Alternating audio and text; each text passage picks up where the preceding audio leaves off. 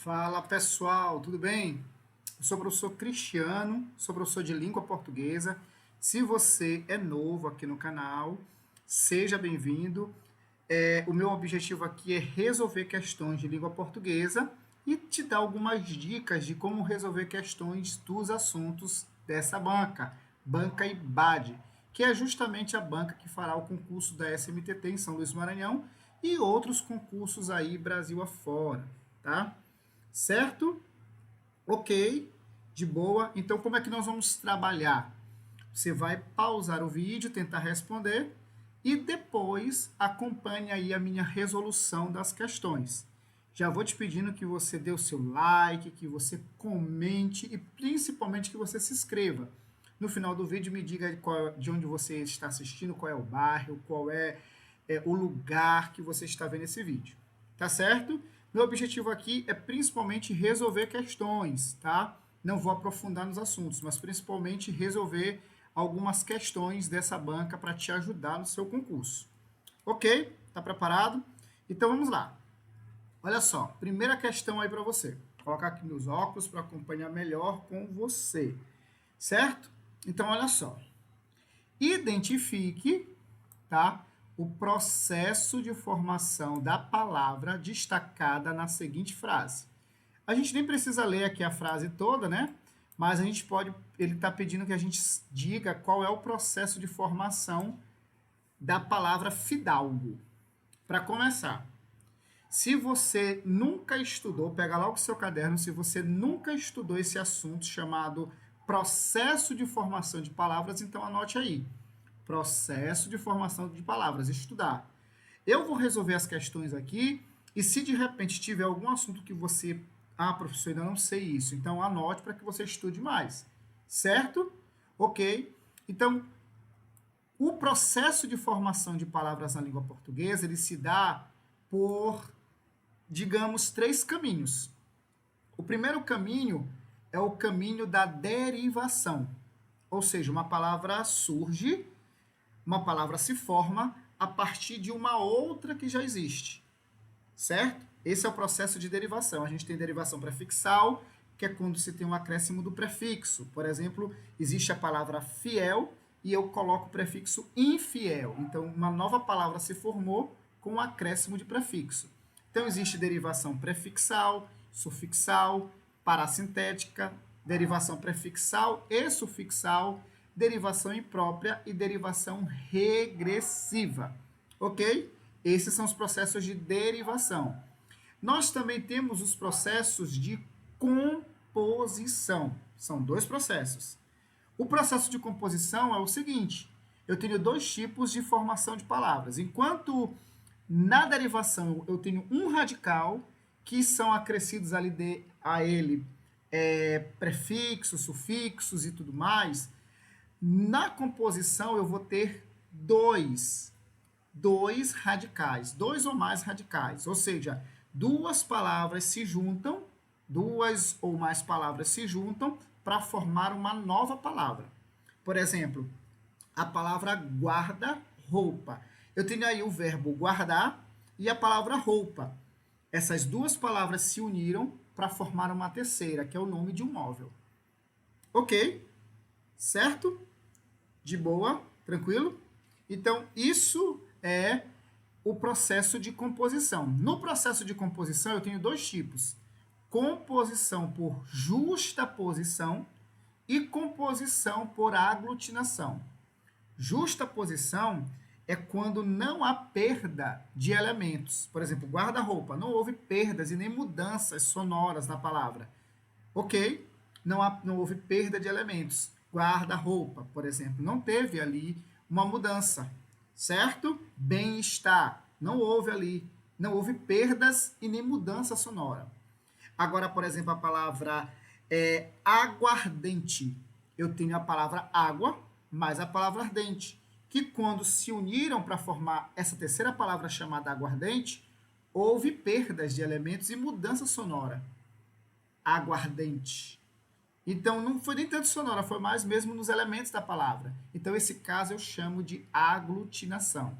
2 palavras se uniram para formar uma terceira, mas houve ali uma perda de elementos de uma delas. e também houve uma certa mudança sonora. E aí ele pergunta para você, fidalgo é qual? Fidalgo, pouca gente sabe, muita gente deve errar essa questão. Mas fidalgo é a junção de filho de algo. Fidalgo. Ou seja, é o processo de composição por aglutinação. Letra C seria aqui. Porque fidalgo significa filho de algo. Embora, por exemplo, em boa hora. Planalto, plano mais alto. É processo de aglutinação. Ou seja, compôs duas palavras, se uniram para formar uma terceira e houve perda de elementos. Ok? Acertou? Espero que sim. Vamos para a próxima questão. Qual dos seguintes trechos apresenta um problema? Olha só, problema de coesão textual. O que é coesão textual? Coesão diz respeito às ligações que são feitas dentro do texto. Um texto de quantas linhas forem, até de 2 linhas, eles precisam de palavras que dê essa continuidade, que dê essa ligação dentro do texto. Quem faz isso é a coesão textual. Ok? Então, vamos ver aquele que é qual aqui tem um problema de coesão. Vamos lá. O aluno estudou para a prova. Ele, ó, isso aqui é um recurso de coesão. Ele quem? O aluno. Para não repetir aluno, foi usado uma coesão para dar ligação. Ele foi bem classificado. Aqui está tudo certo. Ele quer que tenha um problema. O cachorro latiu durante a noite. Isso que é o latido do cachorro, né? Incomodou os vizinhos. Aqui também a coesão está muito certa. As árvores estão florescendo. O clima está ameno. Ou seja, aqui também está tudo certinho. Não tem nenhum problema aqui de coesão. O time de futebol treinou duro. Eles aqui se referindo aos jogadores, né, do time, venceram o campeonato. De boa aqui. Então só resta para a gente a letra E. Maria comprou um livro. Ela leu ele. Não, ela o leu, né? Seria o certo. Ela o leu rapidamente. Esse o, esse pronome oblíquo, para dar uma retomada aí, para deixar o texto mais coeso, né? Tá?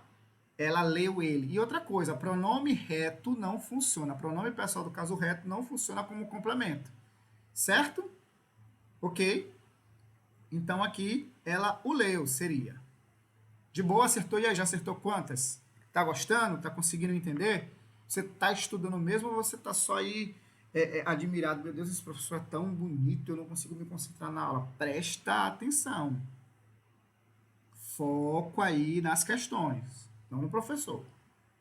Certo? Então, vamos lá, vamos detonar, tá? Eu quero que você seja meu companheiro aí na rede municipal. Eu já sou concursado da rede municipal e você será o próximo, ok? Vamos lá.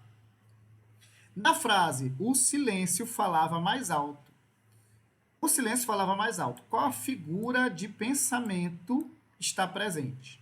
Pessoal, nós temos várias figuras de linguagens. Dentro das figuras de linguagens, nós temos o quê? Nós temos figuras de palavras, figuras de pensamento, que é o caso da questão, figuras de som e figuras de construção, certo? O que são figuras de linguagem? Figuras de linguagem é quando falta uma palavra para você representar algo, você usa uma espécie de uma imagem que represente aquilo que você quer dizer, uma ilustração. Ok? Tranquilo?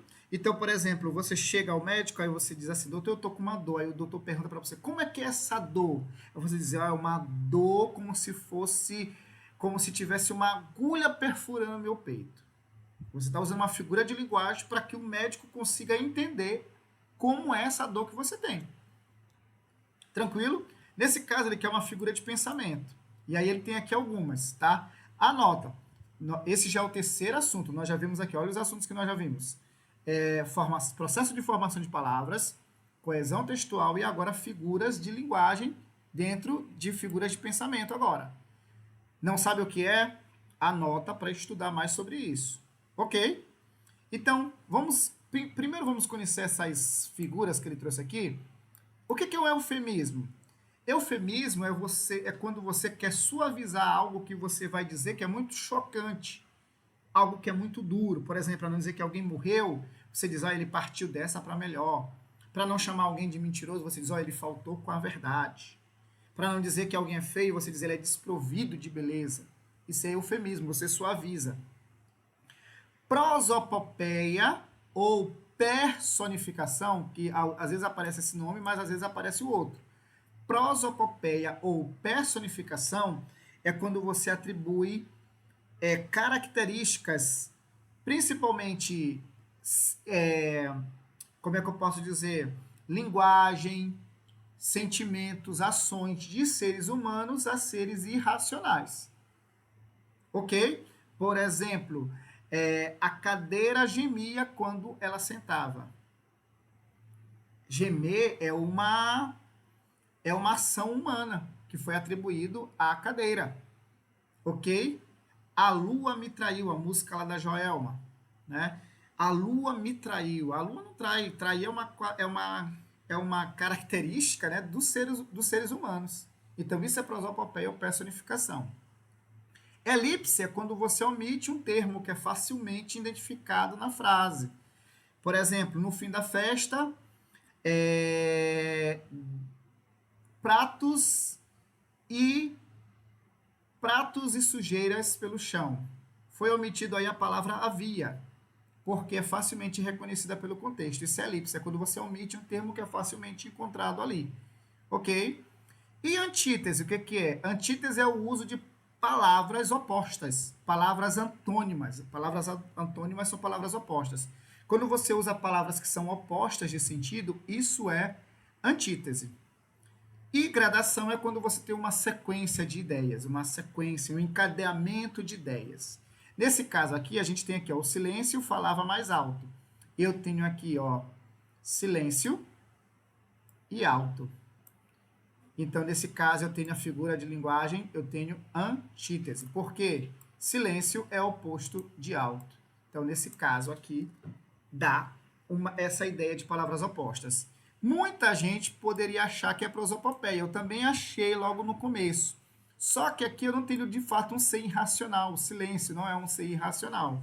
Ok? Por isso que a gente fica com silêncio e alto. Ok? Que está mais para antítese. De boa, eu revisei com você as 5 figuras de linguagem. Eu acredito que nos próximos vídeos eu vou trazer outras questões dessa banca e deve vir outras figuras e aí a gente vai revisando as outras. Por isso que é bom que você se inscreva, ative o sino para quando eu postar um novo vídeo, você já consiga acompanhar. Certo? Vamos para o próximo. Quarta questão. Podemos afirmar que há um problema, olha só, um problema de concordância verbal na seguinte frase. Ele quer aqui, onde tem um problema de concordância verbal, certo? Essa questão, para mim, ela poderia, inclusive, ser anulada, porque a resposta é um caso de concordância nominal e não de concordância verbal. Vamos já ver. Ó, no crepúsculo suave da tarde, enquanto as últimas luzes do dia se despedem. De boa aqui, não tem nenhum erro nessa questão. Mesmo assim, a cumplicidade entre elas permanece intacta, transformando o cansaço em um elo de amizade que fortalece cada passo compartilhado. Também de boa, não tem erro aqui. O dia foi repleto de aventuras e experiências preenchendo-as com memórias que se entrelaçam com o sutil cansaço que se manifesta em seus olhos. De boa aqui também.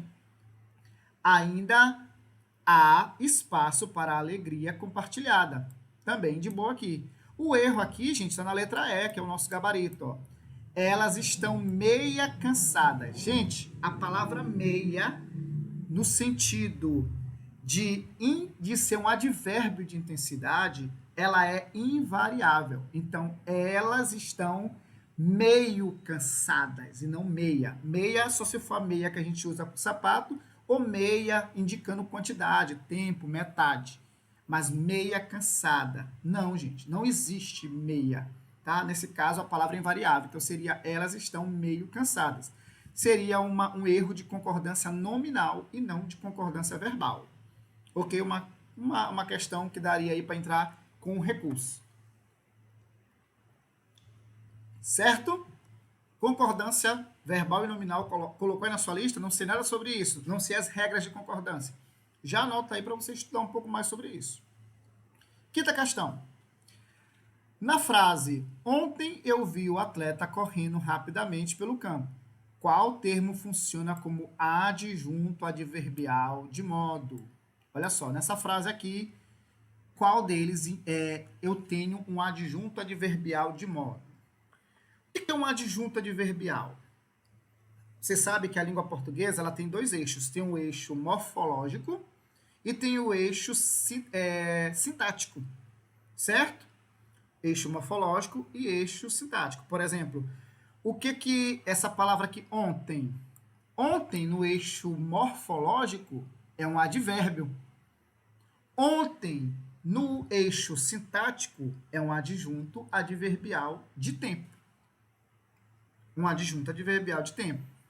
O eixo morfológico estuda a significação separada das palavras. O que elas são, a função delas separadas. Dentro da sintaxe, a gente já estuda a função que ela exerce. Ok? A função que ela exerce dentro de um todo. Ok? Dentro de um sistema. Que essa palavra, então, a morfologia estuda as palavras de forma separadas. O que elas significam, o que elas são. Já na sintaxe, a gente já estuda a função que elas exercem dentro de um contexto, dentro de uma oração. Aqui, gente, eu tenho alguns, ó, nessa frase. Ontem eu vi o atleta correndo rapidamente pelo campo. Eu tenho aqui 3 adjuntos adverbiais. Ontem, rapidamente e pelo campo. Ontem é adjunto adverbial de tempo. Ele quer de modo. Então, eu já vou tirar aqui ontem. Já não é a letra E. O outro, rapidamente. Rapidamente está dando ideia do modo. Não é isso? O modo como ele estava correndo. Então, aqui, ó, é o nosso gabarito, letra D. Pelo campo, dá ideia de lugar e não de modo. Correu aqui, nesse caso, é o verbo. E atleta aqui é o núcleo do sujeito. Eu vi... Não, núcleo do sujeito não. Ontem eu vi o atleta. É adjunto, né? Adjunto. Eu vi o atleta. O atleta aqui é um objeto direto, tá? Objeto direto. Quem vê, vê alguma coisa. Vê o quê? O atleta. Então, ele quer o adjunto adverbial de modo, que é rapidamente. Indica o modo como esse atleta estava correndo. Então, o adjunto adverbial é um termo da oração que vai funcionar como um advérbio. E ele vai indicar uma circunstância de tempo, de lugar, de modo, de negação, de certeza, de incerteza. Essa é a função do adjunto adverbial. Existe adjunto adverbial, adjunto adnominal, ok? Estude isso. O adjunto adverbial vai trabalhar ali com os verbos e o adjunto adnominal vai trabalhar com os nomes, que são principalmente o substantivo. Ok? Lembrando que esses assuntos que eu estou falando, se aparecerem em outras questões, eu vou comentar para você. Meu objetivo aqui é resolver questões e te dar uma luz para os assuntos que você precisa estudar. Ok? Vamos lá? Tá acertando? Tá gostando? No final, eu quero que você me diga aí quantas você acertou dessas 10 que eu vou resolver aqui e de onde você é. Se gostou da aula, eu preciso do seu feedback. Tá? Então, vamos lá. Considere o seguinte é certo. Ok? Na hora do intervalo, depois de amarrar o cadarço do tênis, Fabíola extravasou, riu muito, conversou bastante, tomou o iogurte e comeu o pão com salsicha. Marque a alternativa que apresenta um problema de ortografia. Ortografia eu já percebi que cai nessa banca. Ortografia tem a ver com a escrita correta das palavras. Escrita correta, ok? Então ele quer saber, salsicha está escrita corretamente, é iogurte, é iogurte ou iogurte? Qual é a correta? Nosso gabarito aqui, gente, é a letra C. Extravasou aqui seria com S. Salsicha tá tudo ok, é iogurte mesmo. Cadarço, você fala cadarço, né? Eu sei, confessa. Você fala cadarço, mas é cadarço. E intervalo. Nosso gabarito aqui é a letra C. Ok? Você está pausando o vídeo?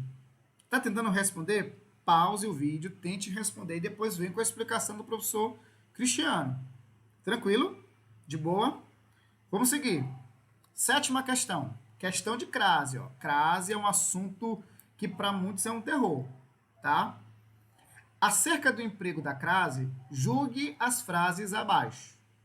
Vamos lá. O que é crase, professor? Crase é um fenômeno, certo? A crase é um fenômeno que se dá como? É a contração entre um a, que é preposição, mais um a, que é artigo.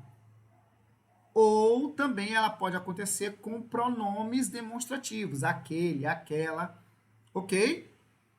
Ou também com alguns pronomes relativos, a qual, tá? Também pode acontecer a crase com elas. Mas o mais comum é o a, preposição, a que é preposição, mais o a que é artigo. Duas dicas que não servem para tudo, mas serve para quase tudo, para saber se tem crase ou não ali, para saber se há crase ou não. A primeira, por exemplo, anota essa frase aí, ó. Eu obedeço à lei. Eu obedeço à lei. Quem obedece, obedece a alguma coisa, certo? Então, o verbo obedecer, ele pede a preposição a. É obrigatória a preposição a. Agora eu preciso ver se a segunda palavra, no caso lei, admite o artigo a. O artigo definido feminino a. Como é que eu vou saber se precisa ou não desse a? Você vai criar uma frase hipotética. Você diz assim, ó, lei é bom? Ou então, lei eu obedeço? Ou você diz, a lei eu obedeço? A gente normalmente diz, a lei eu obedeço. Não é isso? A lei eu obedeço. A lei arruma o país. Não, a lei arruma o país. Então, essa palavra lei, esse substantivo, admite o artigo. Então, eu já sei que vai ser um a. Se o verbo obedecer exige a preposição a e a palavra e o substantivo admite o artigo a, então eu já sei que ali vai ser, eu vou ter o acento grave. Acento grave é o nome desse acento. Esse acento não é chamado de crase, não. Crase é o fenômeno. Esse acento é chamado de acento grave. Ok? A outra dica, que também serve para quase tudo, mas não serve para tudo. Qual é, professor? É você colocar a palavra que vem depois, né? A segunda palavra, no masculino. Se ficar ao, é porque tem um acento grave. Se não ficar, se ficar só o mesmo, ok? É porque ali não tem crase.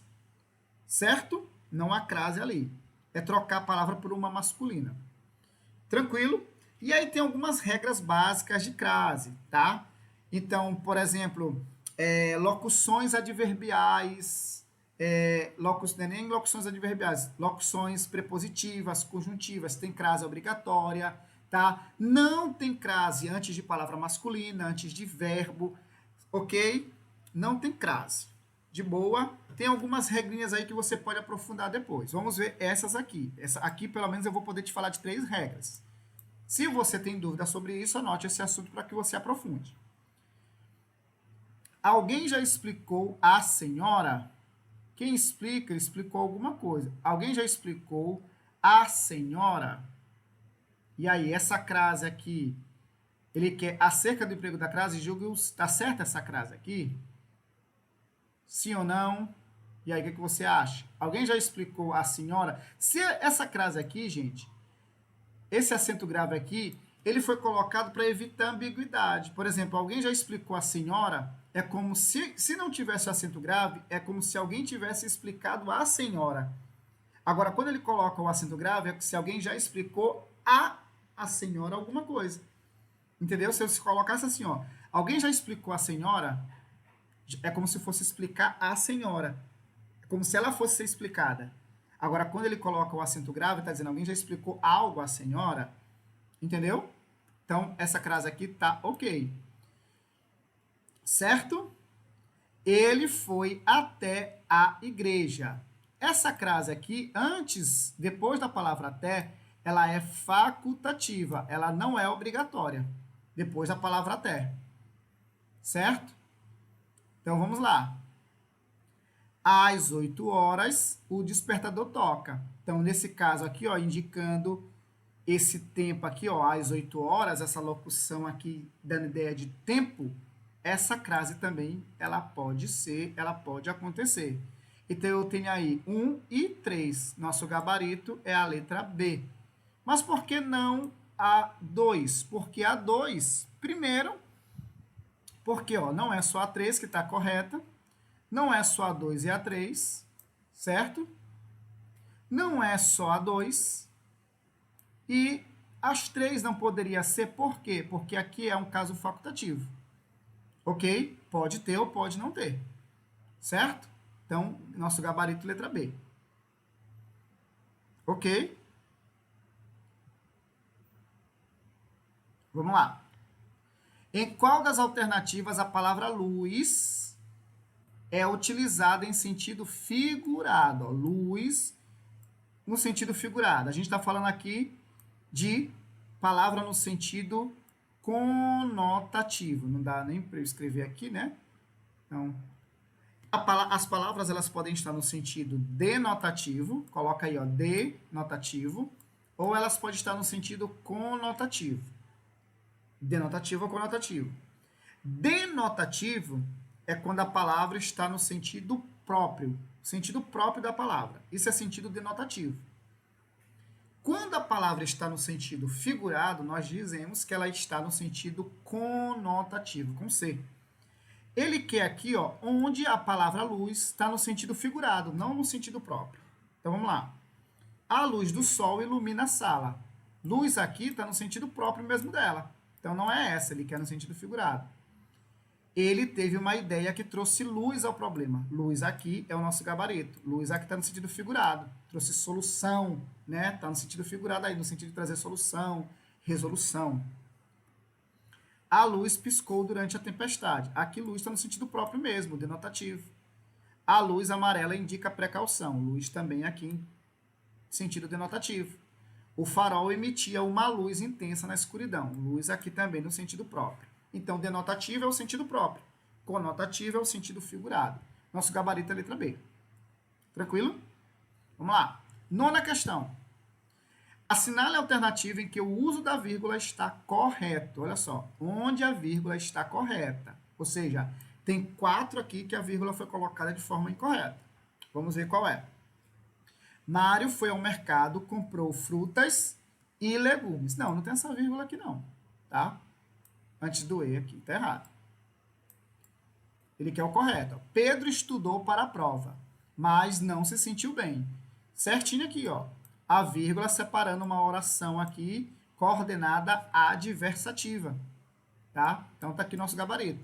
Vamos ver por que as outras estão erradas. O livro interessante estava na prateleira. Olha só. O que estava na prateleira? O livro interessante. Regra básica de vírgula. Não se separa sujeito do predicado. Não se separa sujeito e predicado. Não tem vírgula entre eles. Então, tá errado. Regra básica de vírgula, tá? João gostava de música clássica.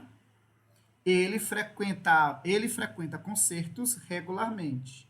Aqui, ó, regularmente não tem essa vírgula aqui, tá? E aqui também poderia ter uma, né?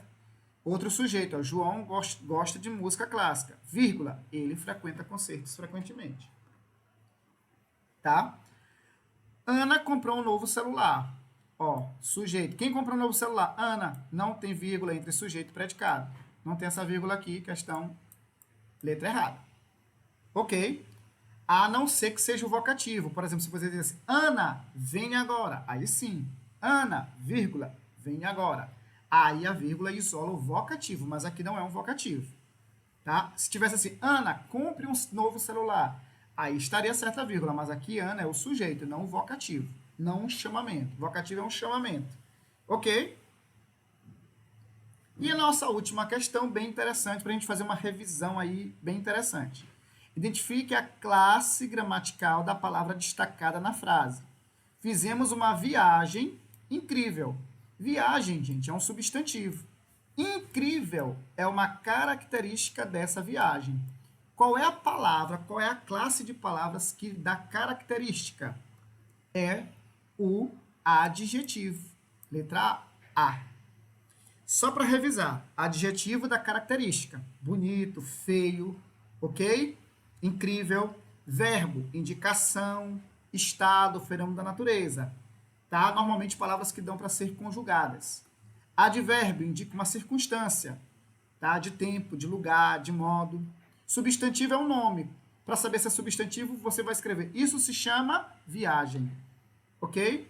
E preposição é uma palavra que liga, tem uma função de ligar, invariável, que serve para ligar termos dentro de um mesmo enunciado, ok? Nosso gabarito aqui é letra A, adjetivo.